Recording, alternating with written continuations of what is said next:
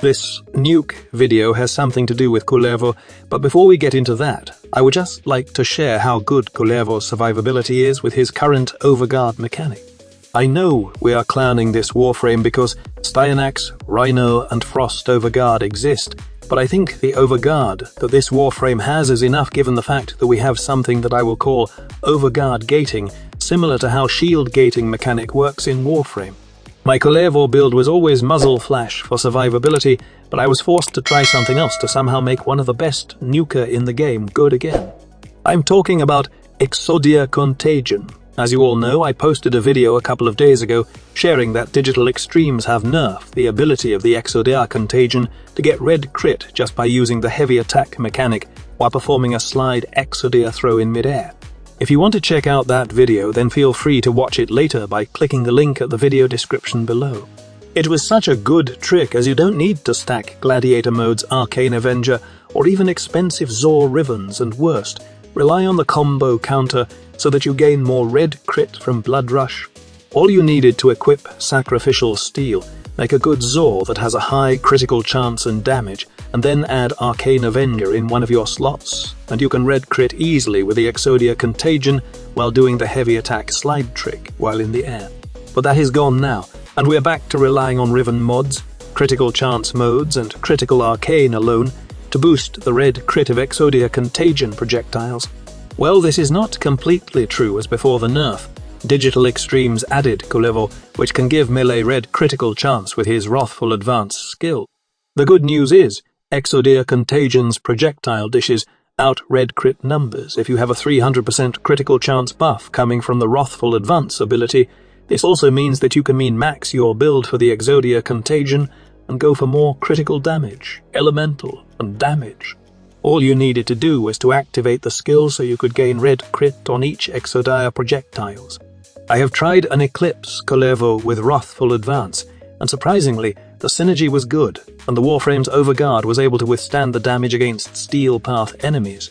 It was a fun synergy, and Exodia Contagion just keeps hitting enemies with millions of red crit damage. The only thing I don't like about Eclipse with Kullervo is there's no way you can override the damage buff, such as Loki's invisibility or Ivara's prowl that allows you to keep the damage buff even if you are going through dark areas. The good news, though, is that Wrathful Advance is a subsumable ability, which means that you can use this with your favorite Warframe. If you are dreaming of red crit again with your Exodia Contagion Wisp, Eclipse, Mirage, or any of your favorite Warframe, then Wrathful Advance is the best option for you.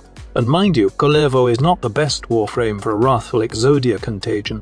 Now, before you even try subsuming Wrathful Advance to your Warframe, remember first that the developer altered the subsume version, which means you would need to pump up more power strength in your build if you wish to gain the 300% critical chance add-on into your Zor without any help from critical arcanes or mods.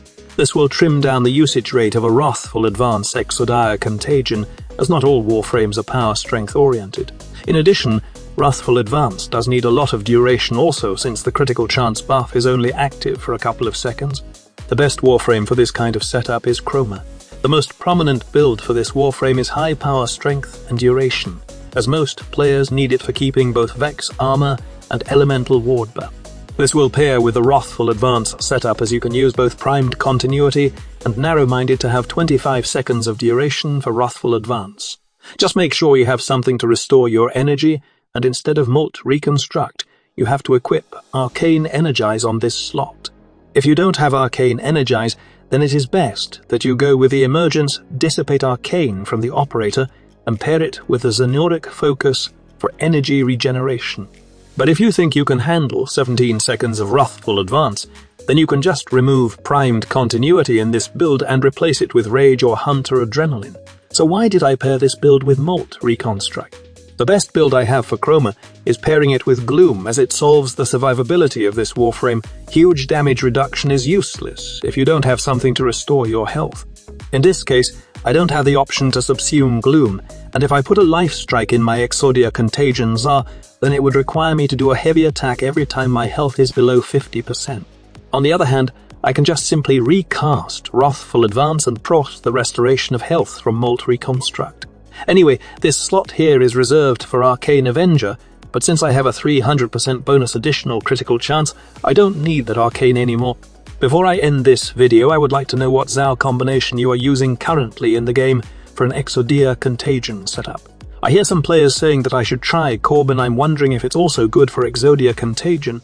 Let me know in the comment section below. Lastly, with Wrathful Advance in Warframe right now, it's way easier to get red crit with Exodia contagion without all those Riven mods and arcanes.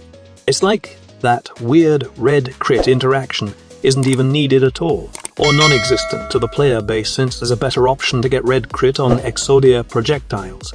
Now let me know your thoughts about the Wrathful Advance Exodia contagion. What's your best setup right now for this specific synergy? Let us discuss this in the comments section below. Thank you so much for watching, and I will see you in my next video. Squad Leader signing off.